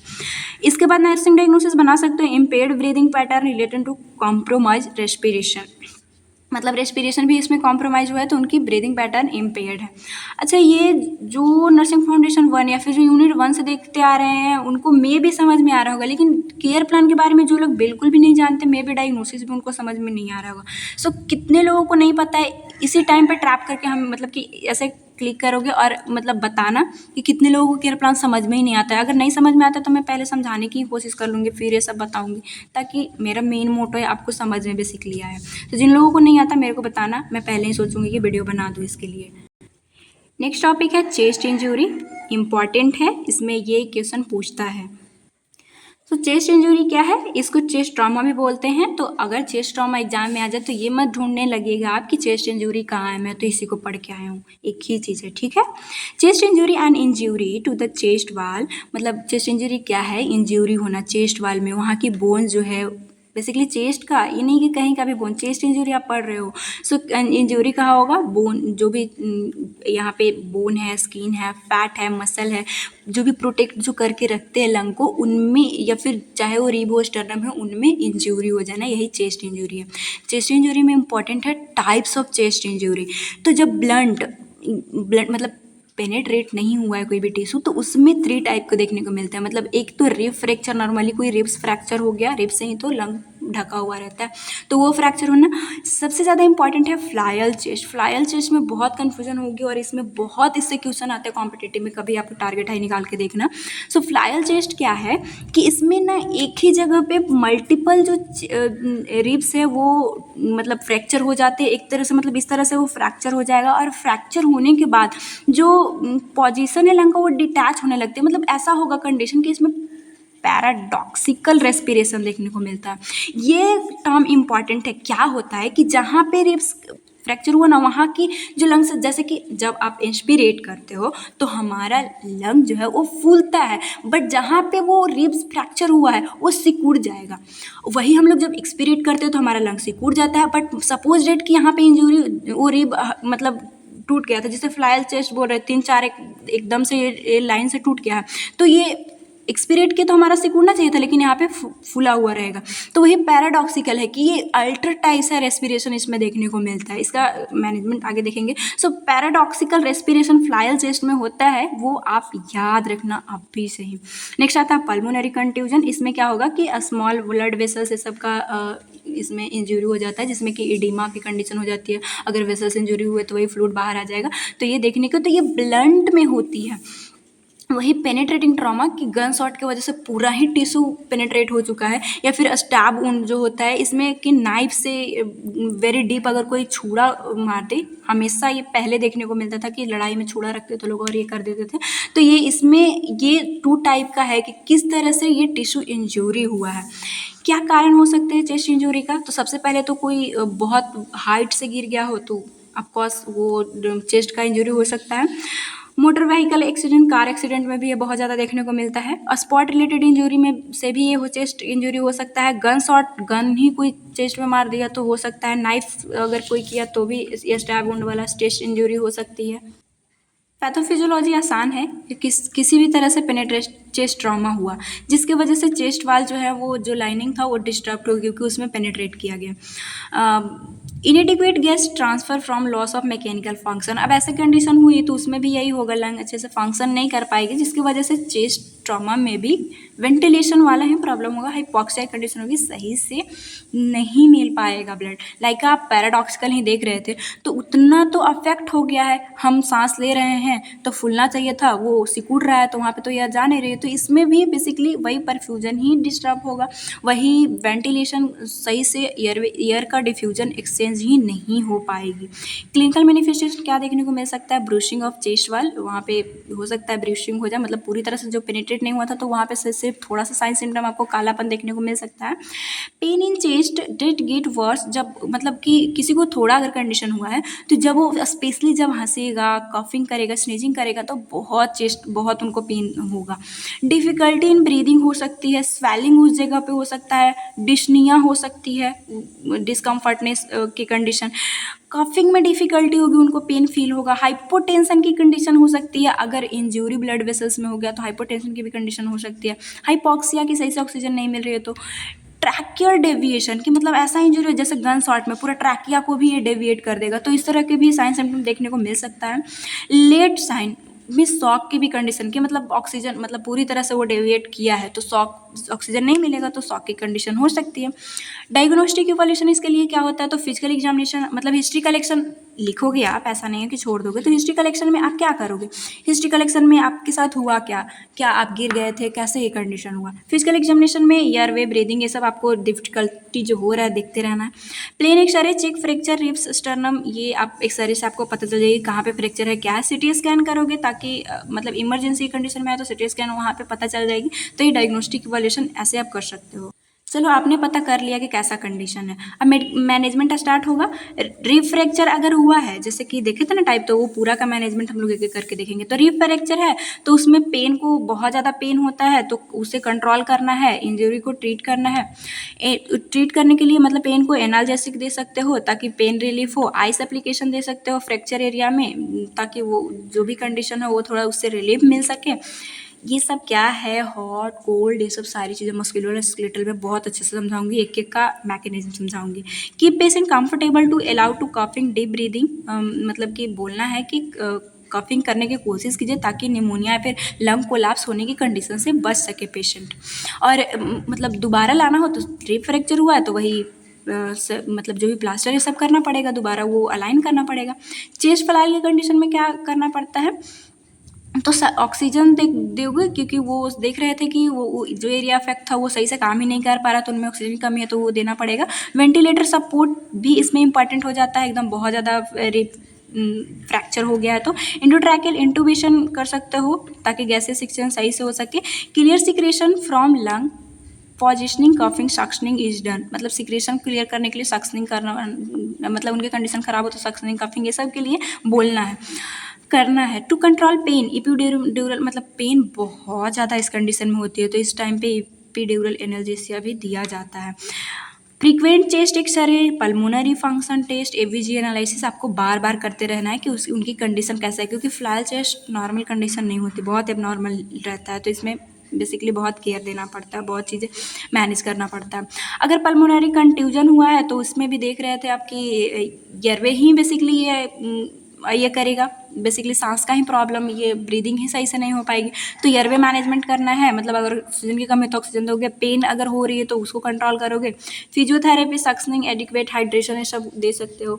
एंटीबायोटिक दे सकते हो इन्फेक्शन अगर उस टाइम पे हो गई, उस जगह पे हो गया, तो इन्फेक्शन से बचाने के लिए, फिर इन्फेक्शन हुए तो उसे ट्रीट करने के लिए। साथ ही साथ अगर एडिमा है तो वो डायरेटिक, ये सब भी दे सकते हो। अगर पेनिट्रेटिंग ट्रॉमा हो तो उसके लिए मैनेजमेंट आपका क्या होगा, गन शॉट के वजह से या फिर नाइफ के वजह से हुआ था तो सबसे पहले तो उस कंडीशन में उसका वेंटिलेशन, मतलब उनके लिए ऑक्सीजन ज़रूरी है, तो वो देना होगा, वेंटिलेशन पे डालना होगा। शॉक प्रिवेंटेड आईवी, मतलब इतना ज़्यादा ब्लड उनका लॉस होता है कि शॉक होने की कंडीशन होती है। शॉक में डेथ की कंडीशन हम लोग यूनिट 3 में पढ़ चुके हैं। सो उस टाइम पे आपको आईवी तुरंत से इंसर्ट कर देना है, ब्लड ट्रांसफ्यूजन, ये सब के लिए। Chest tube drainage, place drain penetrating wound, जो भी सर्जरी है तो चेस्ट उसमें ड्रेनेज हो जाएगी बेसिकली, क्योंकि पेनिट्रेट हो चुका है वहाँ पे, बहुत ज़्यादा ये ड्रेनेज आ जाएगा तो उसे हटाना है। और ये फिर वो उसे मतलब वो अच्छे से किया जाएगा, मैनेज किया जाएगा, जो भी सर्जरी ये सब है वो परफॉर्म के। फिर पहले जो कंडीशन ख़राब है, प्राइमरी मैनेजमेंट क्या है वो आप देखोगे, फिर उनको नॉर्मल कंडीशन में लाने की कोशिश करोगे। नर्सिंग मैनेजमेंट क्या, आपका क्या काम है, तो एडिक्वेट एयरवे देखते रहना है, immobilise neck and patient avoid dislocation vertebra. अब पेनिट्रेट कहीं से भी हो सकती है, तो कैसा पेशेंट आया वो तो डायग्नोसिस से पता चलेगा। आपको तब तक ध्यान रखना है कि हमें इमोबिलाइज नहीं करना, नहीं तो फिर वो डिसलोकेट हो सकता है। वर्टिब्रा की अगर कंडीशन है चेस्ट पे तो कहीं भी प्रॉब्लम हो सकता है, तो वो सब आपको देखते रहना है। आरटीए वाले भी, स्पाइनल इंजरी वाले भी लोग आते हैं तो उनके नेक को हमेशा हम लोगों को ध्यान रहता है कि वो ज़्यादा हम लोग इधर से उधर उनका मूवमेंट थोड़ा कंट्रोल कर सके ताकि और प्रॉब्लम ना हो। Control external bleeding by pressure, मतलब ब्लीडिंग होता है तो हम लोग फर्स्ट एड में ही देख चुके हैं, डायरेक्ट आपको प्रेशर अप्लाई करना है ताकि ब्लीडिंग सबसे पहले रोक सके आप। मॉनिटर वाइटल साइन, जिसमें कि साइन ऑफ शॉक ये सब है तो वो सब वाइटल साइन से आपको पता चल जाएगा। सीपीआर, अगर कंडीशन बहुत ख़राब हो गई है तो उस टाइम पे सीपीआर भी देना होगा। अगर नहीं ब्रीदिंग हो रही है तो no pulse, no blood pressure, depend करता है उसका कंडीशन कैसा है। तो ये इमरजेंसी कंडीशन है तो इस टाइम पे ऑक्सीजन की कमी होगी, इस टाइम पे सीपीआर भी परफॉर्म करना होगा अगर पेशेंट रिस्पॉन्स नहीं दे रहा है तो। Provide fluid replacement for hypotensive, अगर बहुत ज़्यादा फ्लूइड लॉस हो चुका पेनिट्रेट की कंडीशन में तो फ्लूइड थेरेपी भी देना होगा। कितना पेन है, बहुत ज़्यादा उनको पेन होती है तो वो असेस करना है, फिर एनाल्जेसिक आप प्रोवाइड करोगे, डॉक्टर जो देंगे। थेराप्यूटिक मेजर जैसे कि thoracentesis, chest tube insertion, thoracotomy etcetera, जो भी इसमें इक्विपमेंट रिक्वायर्ड है ये सब कंडीशन होगी। ड्रेनेज करना है तो ये सब किया जाएगा। सो जो इक्विपमेंट है उसे आपको रेडी करके रखना है, इमरजेंसी की कंडीशन होती है। कॉम्प्लिकेशन क्या हो सकता है कि नहीं सही टाइम पे ट्रीट किया जाए, वो फैल गया, abdominal इंजरी भी उसे रह सकती है, लीवर और स्प्लीन डैमेज भी हो सकता है। निमोथॉरेक्स, मतलब कि ब्लड सराउंडिंग लंग में पूरा ये पेनिट्रेट हुआ है तो वहाँ पे भर जाएगी। नेक्स्ट देखिए कि डायफ्रामेटिक रप्चर भी हो सकता है कि डायफ्राम पास में है तो वो भी रप्चर हो सकता है। डायग्नोसिस कैसे बनाओगे, ये इंपॉर्टेंट है, चेस्ट ट्रॉमा आया हुआ है एग्जाम में तो 2 डायग्नोसिस प्रायोरिटी वाइज। सबसे पहले पेन इसमें बहुत सीवियर होता है तो acute pain related to chest congestion ऐसा बना देना। Impaired breathing pattern related trauma की वजह से ब्रीदिंग सही से नहीं हो रही है तो ये भी आप 2 डायग्नोसिस लिख सकते हो। इसी से फिर वो चार्ट वाला जो कि जब सेपरेट वीडियो लोगी वहाँ पे आपको याद हो जाएगा। नेक्स्ट हम लोग देखते हैं एक्यूट रेस्पिरेटरी डिस्ट्रेस सिंड्रोम के बारे में। सो एक्यूट रेस्पिरेटरी डिस्ट्रेस सिंड्रोम, जैसे ही आप नाम सुनते हो, एक जो रेस्पिरेटरी डिस्ट्रेस सिंड्रोम था जो बच्चे में होता है सर्फेक्टेंट की कमी की वजह से, वो बातें ध्यान में आपका आएगी, हालांकि ये पीडिया में आप पढ़ोगे तो ये चीज़ें बेसिकली सेम है क्या, ये आपके दिमाग में आएगा, बट सॉरी थोड़ा सा आप मैनेज करना बिकॉज लाइट कटा हुआ है तो अभी जनरेटर चालू हुई है तो थोड़ा सा आपको आवाज़ आएगा, बट अब क्योंकि हमारा बहुत कम टॉपिक है तो हम लोग इसे कंप्लीट कर लेते हैं। सो मैं क्या बता रही थी, रेस्पिरेटरी जो डिस्ट्रेस है उसमें बेसिकली सर्फेक्टेंट बनता ही नहीं जिसमें लंग कोलैप्स होने की चांसेस रहती है, लेकिन एक्यूट रेस्पिरेटरी डिस्ट्रेस सिंड्रोम जो है इसमें धीरे धीरे सर्फेक्टेंट कम होगा, लंग कोलैप्स ये सब होने की चांसेस रहती है। तो थोड़ा सा आप ये डिफरेंस याद करके रखना क्योंकि कन्फ्यूजन आपको हो सकती है। सो ARDS क्या है, ARDS का जैसे ही आप नाम सुनते हो तो थॉट आता है कि स्पेक्ट्रम और डिजीज इसमें होगा। माइल्डर फॉर्म में मतलब ये चेस्ट इंजरी की बेसिकली वजह से आगे ये चीज़ें फैलती जाती है। तो माइल्डर फॉर्म में चेस्ट इंजरी हुआ है और ये सीवियर हो सकता है कि लाइफ थ्रेटनिंग तक ये कंडीशन जा सकती है। Characterize by severe inflammatory process, जैसे कि इसमें होगा क्या, मतलब देख रहे हो सिंड्रोम है ना, तो इसमें इन्फ्लामेटरी प्रोसेस लंग में होती है। साथ ही साथ पल्मोनरी एडिमा की भी चांसेस होता है। Increasing bilateral filtration, chest x-ray में बायलेटरल आपको बहुत सारी चीज़ें फिल्ट्रेशन की कंडीशन देखने को मिलेगी। जैसे इसमें होगा क्या, मैं एक पार्ट मैंने ये ड्रॉ किया सैक का, तो उसमें देख सकते हो आप कि होता क्या है कि कोई भी इंजरी हुआ, ये मैक्रोफेजेज या फिर कोई भी इन्फेक्शन आया तो मैक्रोफेजेज इसे ट्रैप करके इंटरल्यूकिन रिलीज किया। इंटरल्यूकिन जो है उसकी वजह से न्यूट्रोफिल यहाँ पे जाएगा, इन्फिल्ट्रेशन यहाँ पे ये पहुँचेगा। फिर और भी जो भी इम्यून प्रोसेस होगी, इन्फ्लामेटरी जो भी इन्फ्लामेटरी मेडिएटर है वो आएंगे, जिसके वजह से जो भी यहाँ पे सेल्स है, वेसल्स है, उसमें इंजरी होगा। ये हम लोग बहुत पहले से वो माइक्रोबायोलॉजी से ही पढ़ते आ रहे हैं। सो ये ज़्यादा फ्लूइड होने की वजह से फिर पल्मोनरी एडिमा यहाँ से मतलब कि परमिएबिलिटी बढ़ जाती है। यहाँ भी फ्लूइड देखने को आपको मिलेगा, बहुत सारे प्रोटीन ये सब इधर भी आ जाएंगे। जैसे ये कैपिलरी है, इस सब देखने को इंटरस्टिशियल स्पेस में देखने को मिल सकता है। साथ ही साथ ये जो पल्मोनरी एडिमा है, लंग्स में भी बहुत सारे जो है वो फ्लूइड आ जाएंगे, क्योंकि यहाँ पे वेस्कुलर जो है वो डायलेशन, उसमें इंजरी होता है। सो डेफिनेशन क्या है कि acute respiratory life threatening disorder है lung which occur due to filling of fluid within the air sac and reduce oxygen. मतलब इसमें हो अल्टीमेटली हो क्या रहा है, फ्लूइड इधर चला जा रहा है। साथ ही साथ इसमें होगा क्या कि लाइफ थ्रेटनिंग एक कंडीशन बन जाती है।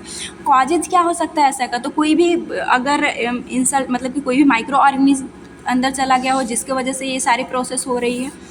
इंजरी के वजह से, ट्रॉमा के वजह से ये कंडीशन हो सकता है। मतलब ये बेसिकली 6 से 7 दिनों में पूरा एकदम फैलता है, तब जाके ये रेस्पिरेटरी डिस्ट्रेस जैसी कंडीशन देखने को मिलती है। निमोनिया, क्योंकि आप यहाँ पे कंफ्यूज भी होगी कि इसमें भी ईयर सैक में फ्लूइड ही फील हो रहा था, इसमें भी हम लोग फ्लूइड और पस ही देखे थे। तो निमोनिया अगर ट्रीट नहीं किया जा रहा तो इसकी कॉम्प्लिकेशन में एक्यूट रेस्पिरेटरी डिस्ट्रेस सिंड्रोम हो देखने को मिल सकता है। कोई गेस्ट्रिक एस्पिरेशन भी आ जाए तो भी ये कंडीशन होगी कि न्यूट्रोफिल से सब आएंगे और इन्फ्लामेटरी मेडिएटर की वजह से यहाँ पे ये जो भी परमिबिलिटी इंक्रीज हो जाएगी, जो भी वेसल्स टिश्यू है वो डैमेज होगी साइटोकिन से सब मेडिएटर के वजह से। पैथोफिजियोलॉजी देखते हैं तो किसी भी तरह का इंजरी हुआ या फिर कोई इन्फेक्शन आया तो इसके वजह से इरिटेशन होगा और इन्फ्लामेटरी इम्यून रिस्पांस जो भी मेडिएटर है वो रिलीज होगी। मेडिएटर जब रिलीज हो गए तो जिसकी वजह से कैपिलरी जो है वो डैमेज होता है तो उनकी परमिएबिलिटी इंक्रीज हो जाती है, जिसकी वजह से एल्वियोलर फ्लूडिंग होगी, साथ ही साथ सर्फेक्टेंट लॉस होगा। देखिए होता क्या है कि बेसिकली इसमें हम देख रहे हैं कि साइटोकाइन से सब जो है इसमें जो हमारा लंग्स का जो न्यूमोसाइट सेल है टाइप 1 टाइप 2 वो सब भी डिस्ट्रॉय होने लगते हैं। तो टाइप 2 से जो सर्फेक्टेंट आ रहा है वो भी अब कम रिलीज होगा, तो वो सर्फेक्टेंट की कमी हो सकती है, जिसकी वजह से एल्वियोलर कोलैप्स होगा, क्योंकि वही तो फैला के रखता है, तो एल्वियोलर कोलैप्स देखने को मिल सकती है। अब इधर देखो कि अब क्योंकि मेडिएटर रिलीज हो रही है तो एयरवे का डायामीटर ये सब भी कॉन्स्ट्रिक्ट होने लगेंगे, जिसकी वजह से एयरवे रेसिस्टेंस इंक्रीज हो जाएगा, इंक्रीज का साइन है। अब ब्रीदिंग वर्क ज़्यादा करना पड़ेगा, जिसकी वजह से एल्वियोलर हाइपोवेंटिलेशन देखने को मिल सकता है, जो कि इन सब के वजह से हाइपोक्सीमिया मतलब ब्लड में O2 की कमी देखने को मिलेगी। क्लिनिकल मैनिफेस्टेशन क्या होगा, तो पल्मोनरी एडिमा। ध्यान रखना पल्मोनरी एडिमा बहुत मतलब ऐसा ही कंडीशन होता है कि कार्डियो की वजह से देखने को मिलता है, बट ये ऐसा एक्यूट रेस्पिरेटरी डिस्ट्रेस सिंड्रोम है जिसमें पल्मोनरी एडिमा इसी लंग की जो भी कंडीशन है इसके वजह से हुआ है। आगे भी आपको मैं क्लियर करवाऊंगी। सो ये पल्मोनरी एडिमा देखने को मिल रहा है क्योंकि देख रहे थे कि अंदर चला जा रहा था fluid. Severe dyspnea usually occur less than, ये साइन पूछा हुआ क्वेश्चन है, इसमें सीवियर डिस्निया देखने को मिलता है। जैसे ही कोई मतलब इवेंट हुआ, कोई भी इन्फेक्शन इंजरी हुई, एकदम से उसको डिफ़िकल्टी होने लगेगी, डिस्कम्फर्ट फील करने लगेगा within 72 hour. Atrial hypoxemia, क्योंकि पैथोफिजियोलॉजी में बताइए बेसिकली इसमें ऑक्सीजन ब्लड में नहीं जा पा रहा है। टैकीकार्डिया हो सकता है, मतलब हार्ट कंपनसेट करने के लिए हार्ट रेट इंक्रीज कर देगा, कार्डियक आउटपुट इंक्रीज हो इसलिए। डिक्रीज पल्मोनरी कॉम्प्लायंस, जिसमें कि लंग जो स्टीफ हो जाते हैं और वेंटिलेट में डिफ़िकल्टी होती है। कफ देखने को मिल सकता है, फीवर देखने को मिल सकता है, क्योंकि ये इन्फ्लामेशन, ये जो भी इम्यून का रिस्पॉन्स हो रहा है तो अपना बॉडी का टेम्परेचर भी इंक्रीज होगा, चेस्ट पेन देखने को मिलेगी। तो ये था क्लिनिकल मैनिफेस्टेशन। 2 चीज़ें सबसे ज़्यादा, 3 चीज़ें इंपॉर्टेंट है, ये तीनों को ज़रूर आप याद रखना, बेसिकली यही इसे स्पेशल बनाता है। डायग्नोस्टिक फाइंडिंग अगर देखें तो सबसे पहले हिस्ट्री होगी कि आपको पहले से निमोनिया की कभी कंडीशन हुई थी, ट्रॉमा हुआ था, क्या हुआ था। इसके बाद फिजिकल एग्जामिनेशन करोगे जिसमें लंग को अस्कल्टेट करके आप देखोगे। प्लाज्मा बीएनपी, जैसा कि मैं आपको बताई कि ये पल्मोनरी के वजह से एडिमा कॉज हुआ है, तो ये बीएनपी अगर ये हार्ट की वजह से प्रॉब्लम रहेगा तो ये इंक्रीज रहेगा। तो ये बेसिकली डिस्टिंग यूज़ करता है कि पल्मोनरी एडिमा है या फिर किसी हार्ट की वजह से प्रॉब्लम हो रही है। बीएनपी अगर हार्ट की वजह से रहा तो ये इंक्रीज रहेगा। इकोकार्डियोग्राम कर सकते हो, ये भी मतलब इससे, जैसा कि मैं आपको बताई ना कि पल्मोनरी एडिमा जब आप कार्डियो पढ़ोगे ना वहाँ पे और अच्छे समझ में आएगा कि कार्डियो की प्रॉब्लम की वजह से होती है। बट क्योंकि यहाँ पल्मोनरी है, पल्मोनरी में इन्फेक्शन, इन्फ्लामेशन, उसकी वजह से जो भी टिश्यू ये सब डैमेज हुआ है उसकी वजह से देखने को मिल रहा है। तो ईसीजी भी परफॉर्म किया जाता है ताकि डिस्टिंग्विश करे कि किसकी वजह से, क्या हार्ट का भी ही प्रॉब्लम खराब था, प्रॉब्लम हुआ था इसकी वजह से हो रहा है, फिर कैसे हो रहा है। पल्स ऑक्सीमीटर टेस्ट आप सेकंड करोगे जिससे O2 सैचुरेशन को आप डिटेक्ट करोगे कि कैसा O2 सैचुरेशन है इनका। मैनेजमेंट क्या करना है, तो ARDS वाले जो पेशेंट होते हैं, सीवियर कंडीशन में आते हैं तो उन्हें ICU केयर दिया जाता है। क्या प्राइमरी फोकस रहेगा, एग्रेसिव क्या सपोर्ट आप तुरंत दोगे, तो इंडोट्रैकियल इंट्यूबेशन करना होता है क्योंकि इस टाइम पे मल्टी ऑर्गन फेलियर होने की चांसेस होती है, पूरी तरह से लंग काम मतलब कोलैप्स होने का चांस रहता है। उस टाइम पे इंडोट्रैकियल इंट्यूबेशन करना होगा। वेंटिलेशन में भी पीप पे रखना होगा। वेंटिलेशन जब पढ़ाऊंगी पीप का एक शॉर्ट वीडियो डाली हुई है, क्या है आप देख लेना। एडिक्वेट फ्लूइड वॉल्यूम देना होगा।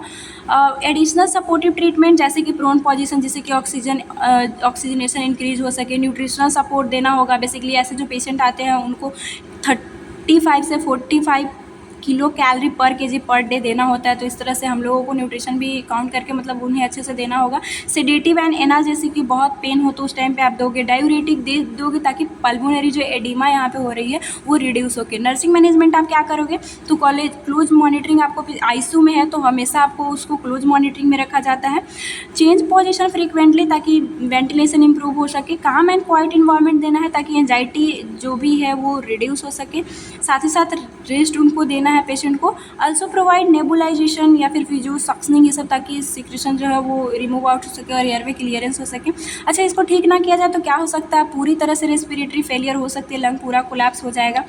Failure of mainly organ system, ये सीवियर कंडीशन होती है तो पूरा ऑर्गन को भी ये डैमेज कर दे सकता है। नर्सिंग डायग्नोसिस इससे रिलेटेड आप क्या बनाओगे, 2 हमेशा मैं आपको बता देती हूँ।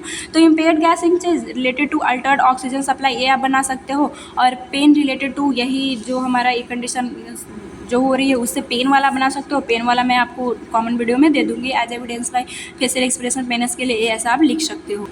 अब डिजीज कंडीशन में पल्मोनरी एम्बोलिज्म है। बेसिकली इसमें हमने कुछ नहीं पढ़ा। एक्यूट रेस्पिरेटरी डिस्ट्रेस सिंड्रोम में आप एक बात ध्यान रखना कि पल्मोनरी एडिमा की चांसेस हो रही है जो कि पल्मोनरी कॉज ही है, तो बेसिकली उस पर यह ध्यान दिया जाता है। साथ ही साथ ये सीवियर कंडीशन होती है, सर्फेक्टेंट की कमी होती है, पूरी तरह से जो लंग के टिश्यू है ऑब्स्ट्रक्ट रहते हैं, परमेबिलिटी ये सब इंक्रीज रहती है, डायलेशन हुआ रहता है, तो उसी तरह से मैनेजमेंट करना है। पल्मोनरी एम्बोलिज्म अब देखते हैं। पल्मोनरी एम्बोलिज्म क्या है, कंडीशन जहाँ पे 1 और मोर लंग की जो आर्टरी है वो ब्लॉक हो जाए, उसमें क्लॉट आ जाए। पैथोफिजियोलॉजी से ये चीज़ें आसानी से आपको समझ में आ जाएगी। पहले इटियोलॉजी देख लेते हैं। तो इसमें पहला कॉज होता है कि कोई भी इम्बोलाई ऑरिजिनेट, जिसको डीप वेन थ्रोम्बोसिस जिनमें होती है, ये हम लोग कार्डियो में पढ़ेंगे।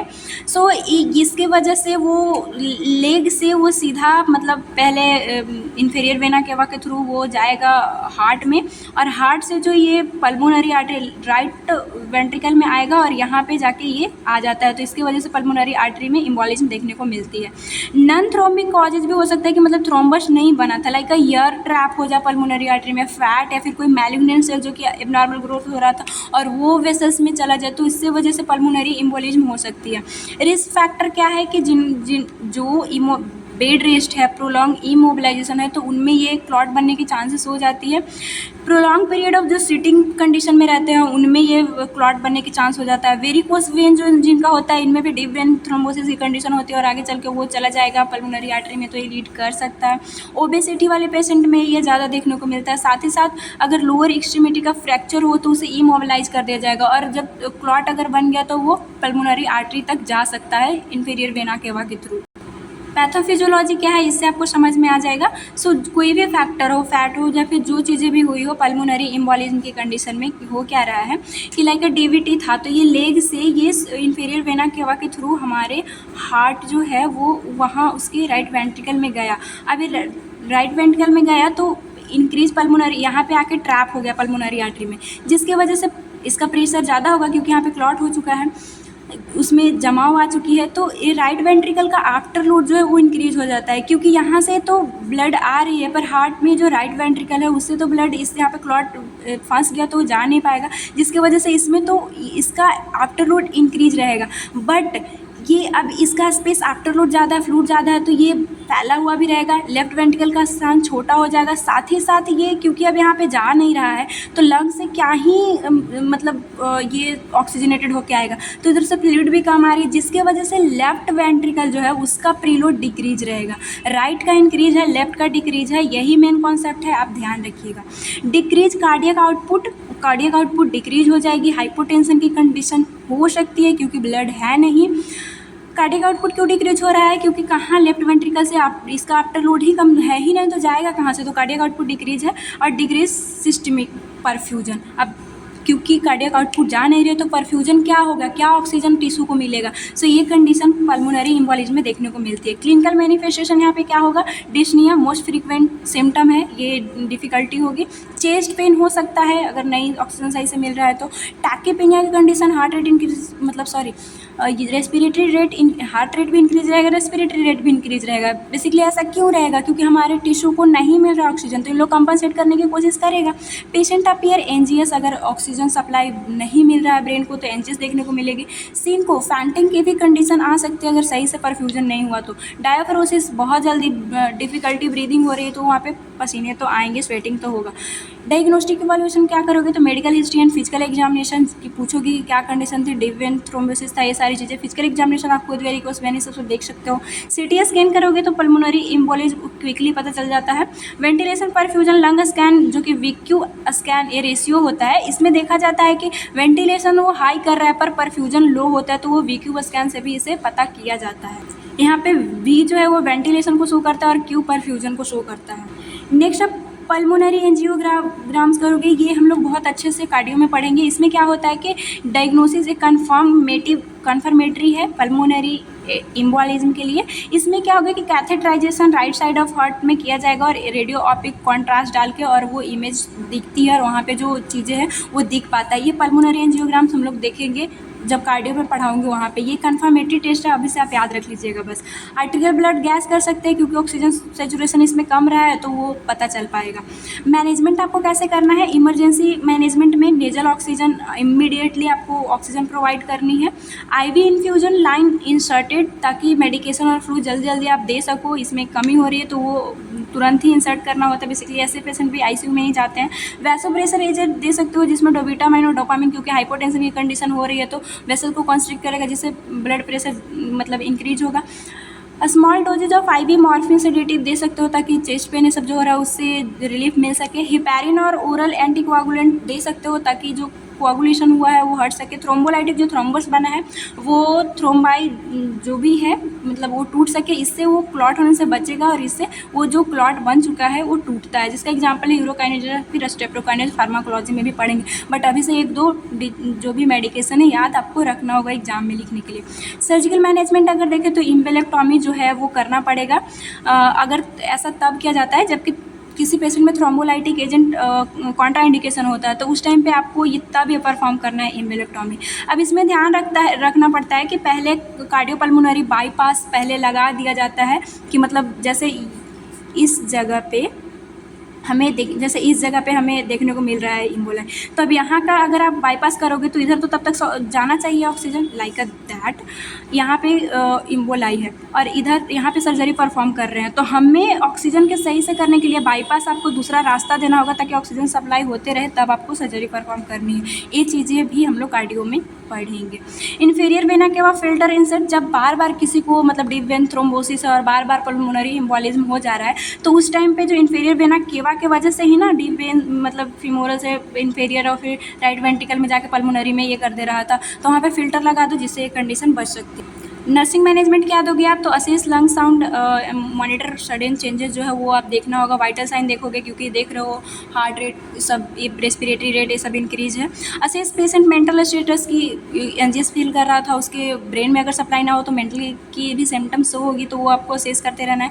ऑक्सीजन एडमिनिस्टर करना है अगर इंडिकेटेड है तो। एडमिनिस्टर मेडिकेशन जो प्रिस्क्राइब रहेगा। Instruct patient note seat lay down for long time बताना है, क्योंकि रिस्क फैक्टर था ना कि जिनमें ऐसी कंडीशन है वो बैठे रहेंगे तो हो जाएगी उनकी कंडीशन, तो बोलना है कि ज़्यादातर या फिर ओबेस पेशेंट को ज़्यादा देर तक बैठे नहीं रहना है, आपको चलते फिरते रहना है। डीप ब्रीदिंग एक्सरसाइज आप करवा सकते हो। साथ ही साथ सर्जिकल साइट सर्जरी अगर हुआ है, सर्जरी हुआ है तो उस टाइम पे आपको असेस करते रहना है, फिर सर्जिकल केयर भी आपको देना होगा अगर उनकी सर्जरी परफॉर्म हुई है तो। नर्सिंग केयर प्लान कैसा आप बना सकते हो, तो 2 डायग्नोसिस हर में आप सब में शामिल कर दी हूँ ताकि आप एग्जाम टाइम पे याद रखो। इम्पेयर्ड गैस एक्सचेंज हो रहा है क्योंकि लंग परफ्यूजन सही से नहीं हो पा रही, वहाँ पे ऑब्स्ट्रक्शन है। एंजाइटी हो रही है क्योंकि डिस्निया, उनको सांस लेने में किसी पर्सन को तकलीफ होगा तो उस टाइम पे एंजाइटी मुझे कि हो क्या गया है, तो वो एंजाइटी हो रही है किसके रिलेटेड, डिस्निया इससे के रिलेटेड की वजह से एंजाइटी हो रही है। फाइनली हमारा लास्ट टॉपिक है health behaviour to prevent respiratory illness. ये टॉपिक पढ़ने के बाद ये चैप्टर हमारा खत्म। सो गाइज ये बहुत इंपॉर्टेंट चैप्टर है, इसे बहुत क्वेश्चन आते हैं, इसे आप बहुत अच्छे से प्रिपेयर करके रखिएगा। जो नोट्स दी हूँ आप जिन लोगों को चाहिए आप परचेज कर ले सकते हो व्हाट्सएप चैनल से, वहाँ से आसानी से आपको मिल जाएगा और रिवीजन एग्जाम से 1-2 बार करोगे पूरा टॉपिक आपका क्लियर हो जाएगा। जो लोग चैनल पे नए हैं प्लीज़ सब्सक्राइब भी ज़रूर कर लीजिएगा, सपोर्ट मी गाइज। बहुत मेहनत लग जाता है ये सारी चीज़ों को बनाने में और कहाँ पे आपको क्या समझाना है। सो अगर वीडियो हेल्पफुल लगता हो, बीएससी नर्सिंग से हो आप, आपके लिए चीज़ें वीडियो हेल्पफुल हो तो प्लीज़ अपने दोस्तों में शेयर कीजिए। इस चैनल पे नए हैं तो सब्सक्राइब कर लीजिए, सपोर्ट कीजिए। चलिए ये लास्ट टॉपिक हम लोग डिस्कस कर लेते हैं। हेल्थ बिहेवियर रेस्पिरेटरी इलनेस से कैसे आप सुधारोगे, तो हेल्थ बिहेवियर का मतलब पहले आप क्या समझते हो। हेल्थ बिहेवियर जो है pattern, action, habit related to health maintenance, restoration and health improvement. Health behaviour का मतलब है पैटर्न देखते हैं, किसी का एक्शन देखते हैं, हैबिट देखते हैं, उसके हेल्थ वो कैसा हेल्थ को मेंटेनेंस करता है, अगर उसकी तबीयत खराब हुई तो रिस्टोर कैसे करता है, हेल्थ को वो इम्प्रूव कैसे कर रहा है, वो सब चीज़ों को देखना। इसमें इंक्लूड होता है स्मोकिंग, मतलब कि हैबिट में आप देखोगे कि वो स्मोकिंग कर रहा है, सब्सटेंस यूज़ कर रहा है, एल्कोहल यूज़ कर रहा है, या फिर उसका डाइट कैसा है, फिजिकल एक्टिविटी करता है कि नहीं करता है, स्लीप पैटर्न उसका कैसा है, मेडिकेशन ट्रीटमेंट वो वैक्सीनेशन ये सब करवाया कि नहीं करवाया, ये सब उसके बिहेवियर में चेक किया जाता है। तो प्रिवेंटिव हेल्थ बिहेवियर आप रेस्पिरेटरी से क्या रिलेटेड दोगे, तो स्मोकिंग की वजह से देख रहे हो तो सीओपीडी ये सब जैसी कंडीशन हो रही है तो उससे बोलना है नहीं करना है, करने पेशेंट को उस बिहेवियर में सुधार लाना है। पैसिव स्मोक से भी कोई एक्सपोजर सीओपीडी में देखे थे कि मतलब पैसिव एक्सपोजर हो तो भी इरिटेट होके हो सकता है, तो उससे भी अवॉइड करवाना है कि आप उस एरिया से हट जाओ। सब्सटेंस जैसे टोबैको केमिकल यूज है तो उससे हटाना है जिससे हमारा लंग्स सही रहे। Minimise exposure of outdoor air pollution, उससे भी बचना है ताकि आपका लंग्स हेल्दी रहे। साथ ही साथ आप पेशेंट को बोल सकते हो prevent your self from occupational exposure है, वहाँ पे कार्सिनोजन है तो वहाँ से आप हटो, नहीं तो कैंसर की कंडीशन हो सकती है, तो ये सब आपको बताना है जिससे उसकी रेस्पिरेटरी हेल्थ सही रहे। फिजिकल एक्टिविटी आप करवाओगे, ब्रीदिंग एक्सरसाइज ये सब करवाओगे तो उनकी कंडीशन लंग की कैपेसिटी ठीक रहेगी। इन्फेक्शन से बोलना है कि प्रिवेंट रहे ताकि ट्यूबरकुलोसिस जो भी कंडीशन है वो सब ठीक हो सके। गेट रेगुलर चेकअप, कोई भी हेल्थ से रिलेटेड बिहेवियर अच्छा तभी माना जाएगा जब आप टाइम पे चेकअप करवाते रहो, तो वही भी उनको बोलना है। तो ये सारे प्रिवेंटिव मेजर्स हैं ताकि डिजीज़ कंडीशन ज़्यादा रेस्पिरेटरी की वजह से बहुत ज़्यादा डेथ होती है। आप हॉस्पिटल में जाओगे आईसीयू में रेस्पिरेटरी और कार्डियो वाले ही पेशेंट मिलेंगे, तो ये सब उनकी बिहेवियर सही रहेगा तो वो प्रॉब्लम होगी ही नहीं। तो ये था हमारा छोटू सा टॉपिक एंड मतलब ये इंटरेस्टिंग भी था कि कैसे हम लोगों के लिए भी सही कि कैसे हम लोग एक्सरसाइज सबसे अपने चेस्ट जो भी रेस्पिरेटरी सिस्टम है उसे सही रख सकते हैं। तो बस ये टॉपिक क्लियर होता है, ख़त्म होता है। कोई भी इसके रिगार्डिंग डाउट हो आप कमेंट बॉक्स में लिखना, कोई भी डाउट हो तो मैं क्लियर करने की कोशिश करूँगी। कैसा वीडियो लगा मुझे फीडबैक ज़रूर देना, बहुत अच्छा लगता है। और जो लोग चैनल पर नए एक बार सब्सक्राइब जरूर कर लेना गाइज, अपने दोस्तों में इस वीडियो को शेयर करना। Thanks for watching. नोट्स के लिए आप व्हाट्सएप चैनल पर जा सकते हो। नोट्स का अगर मैं फीचर बताऊँ सारे टॉपिक मिल जाएगा, कैसे कहाँ पर लिखना है, प्रीवियस ईयर क्वेश्चन रहेगी, इंपॉर्टेंट क्वेश्चन लिस्ट रहेगा कि एग्जाम के टाइम पर आपको पढ़ना क्या है, तो वो सब आपको हेल्प मिल जाएगा। So thank you. नेक्स्ट हमारा टॉपिक रहेगा डाइजेस्टिव सिस्टम का।